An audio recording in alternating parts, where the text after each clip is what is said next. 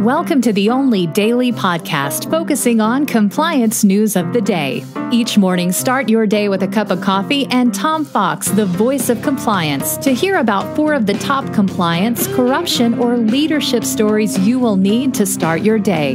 The Daily Compliance News is a production of the Compliance Podcast Network. May 19, 2020, the Ad Hoc can mean Bad Hoc edition. And we will start with our lead story from Andrew Hill's always great on management column at, or rather on, the Financial Times, the ft.com. After decades about worrying about being left behind the accelerating pace of change, business leaders are united on how fast they've been able to move since COVID-19. But what about bad decisions made in an ad hoc basis becoming permanent decisions? Well, that is what Andrew Hill is most concerned about in his FT column. The cataclysm hit for velocity, which very few companies were prepared for, and managers are cutting through the red tape, bypassing hierarchies and redundant rules, and speeding up decision-making, radically clarifying priorities, and accelerating structural, cultural, and technological transformation.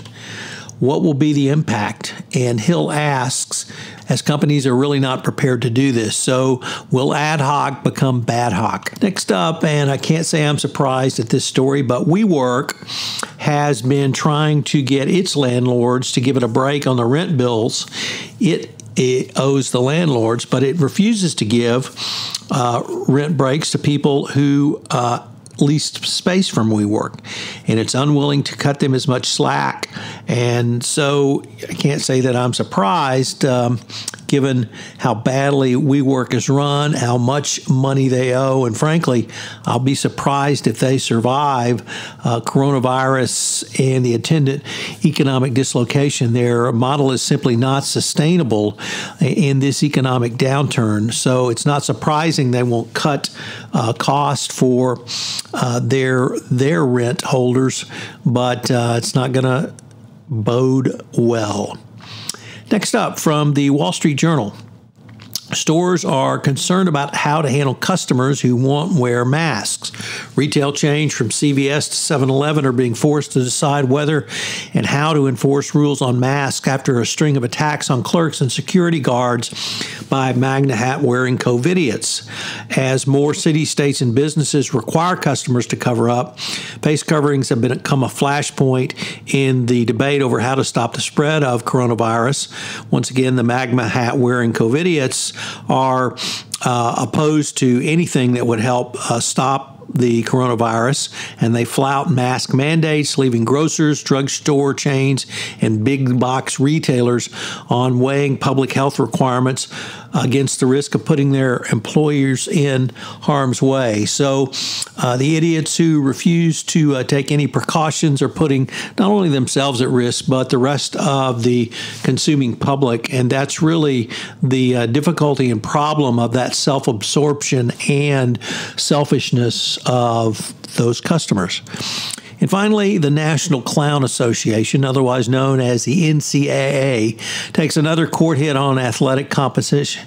The federal appeals court has dealt another blow to the NCAA's efforts to keep height limits on compensating students, ruling that the organization's restrictions violated federal antitrust laws.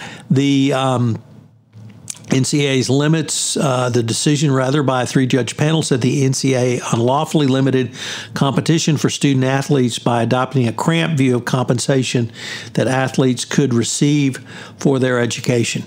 Once again, with much like WeWork, the NCAA is the National Clown Association for a reason, and their model is ending. I hope you'll check out this month's 31 Days to a More Effective Compliance program, where I'm focusing on written standards. Also, I hope you will check out the Compliance Live, where we are featuring Ellen Hunt. And finally, I start a 5-part series on compliance programs in the banking industry and beyond, sponsored by K2 Intelligence Fin. Check all those out this week on the Compliance Podcast Network. Thanks for listening.